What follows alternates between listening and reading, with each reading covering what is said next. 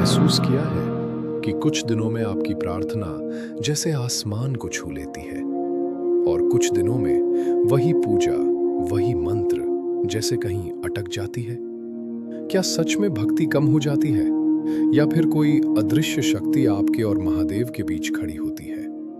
सच ये है, आपकी साधना सिर्फ आपकी मेहनत पर नहीं, आसमान में चल रहे नक्षत्रों पर भी निर्भर करती है। आज हम खोलेंगे वो रहस्य जहां 27 नक्षत्र बन जाते हैं कॉस्मिक गेटकीपर्स, जो तय करते हैं आपकी आत्मा कितनी करीब है भगवान शिव के। हम सब जानते हैं कि चंद्रमा हर दिन अपना स्थान बदलता है और हर 27 दिन में वो पूरा चक्र पूरा करता है। लेकिन क्या आप जानते हैं, हर दिन चंद्रमा जिस नक्षत्र में होता है वही तय करता है आपके मन की स्थिति, और मन ही तो शिव का घर है। जब चंद्रमा शांत और संतुलित नक्षत्र में होता है तो मन स्थिर होता है, ध्यान गहरा होता है और शिव की उपस्थिति स्पष्ट महसूस होती है।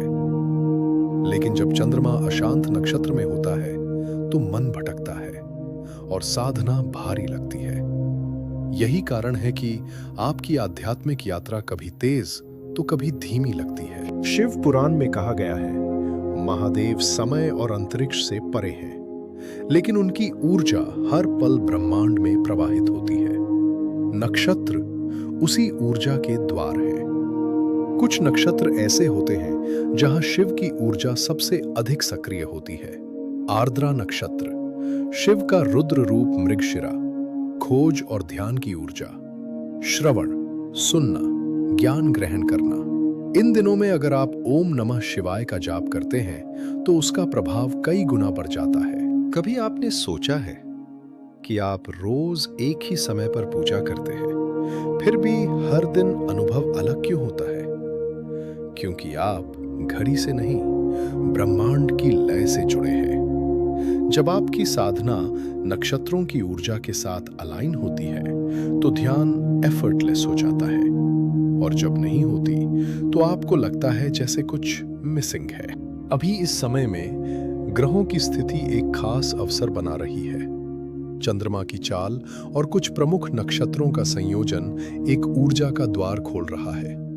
इस समय अगर आप सुबह ब्रह्म मुहूर्त में या रात को शांत समय में शिव ध्यान करते हैं तो आपकी चेतना साधारण से ऊपर उठ सकती है। अगर आप इस शक्ति को अनुभव करना चाहते हैं तो बस ये करें, रोज चंद्रमा की स्थिति नक्षत्र देखें, शांत बैठकर 108 बार ओम नमः शिवाय जप करें। अपने मन को ऑब्जर्व करें, फोर्स मत करें, धीरे धीरे। आप महसूस करेंगे कि कुछ दिन आप खुद ब खुद गहरे ध्यान में चले जाते हैं। यही है नक्षत्रों का जादू। क्या आपने कभी ध्यान दिया है कि आपकी सांसें भी चंद्रमा की तरह बदलती हैं? जब चंद्रमा शांत नक्षत्र में होता है तो आपकी सांसें लंबी और गहरी हो जाती हैं और ध्यान अपने आप स्थिर हो जाता है। लेकिन जब ऊर्जा शांत होती है तो सांसें छोटी और तेज हो जाती हैं। इसलिए शिव साधना में श्वास ही सबसे बड़ा ब्रिज है। अगर आप सिर्फ 5 मिनट धीरे धीरे गहरी सांस लेकर ओम नमः शिवाय का जाप करें तो आप खुद महसूस करेंगे कि आपकी ऊर्जा चंद्रमा के साथ सिंक होने लगी है। महादेव तक पहुंचने के लिए कभी-कभी सिर्फ भक्ति ही नहीं, समय की समझ भी जरूरी होती है।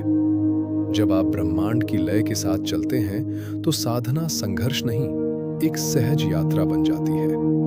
तो अगली बार जब आप ध्यान में बैठें, सिर्फ आंखें बंद मत करें, आसमान की तरफ देखिए, क्योंकि शायद वहीं से खुल रहा हो आपके और शिव के बीच का द्वार। हर नक्षत्र शिव के एक अलग रूप को एक्टिवेट करता है। जैसे आर्द्रा में रुद्र, शक्ति और परिवर्तन; रोहिणी में शांत शिव, प्रेम और सौंदर्य; अनुराधा में भक्ति, गहरी डिवोशन। इसका मतलब ये है, आपकी साधना हर दिन एक जैसी नहीं होनी चाहिए।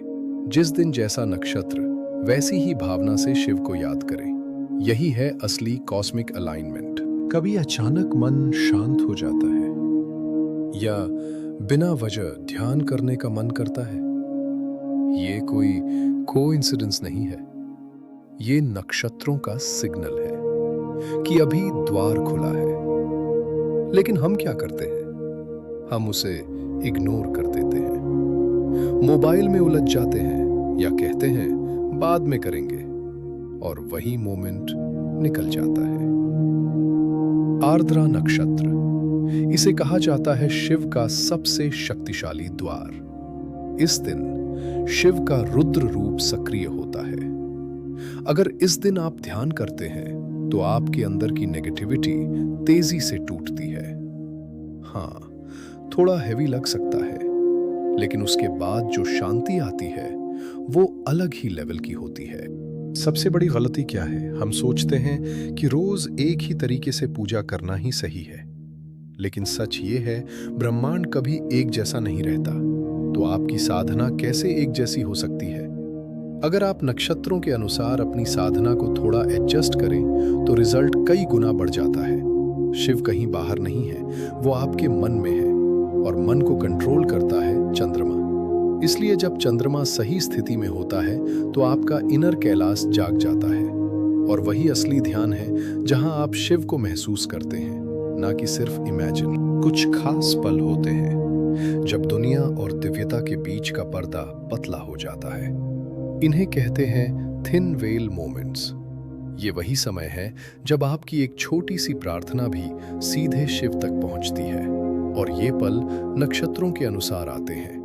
कैसे पहचानें कि आप सही अलाइनमेंट में हैं? कुछ संकेत होते हैं। ध्यान में समय का पता नहीं चलता, मन बिना कोशिश के शांत हो जाता है, ओम नमः शिवाय अपने आप चलने लगता है, अंदर एक हल्की सी आनंद की फीलिंग आती है।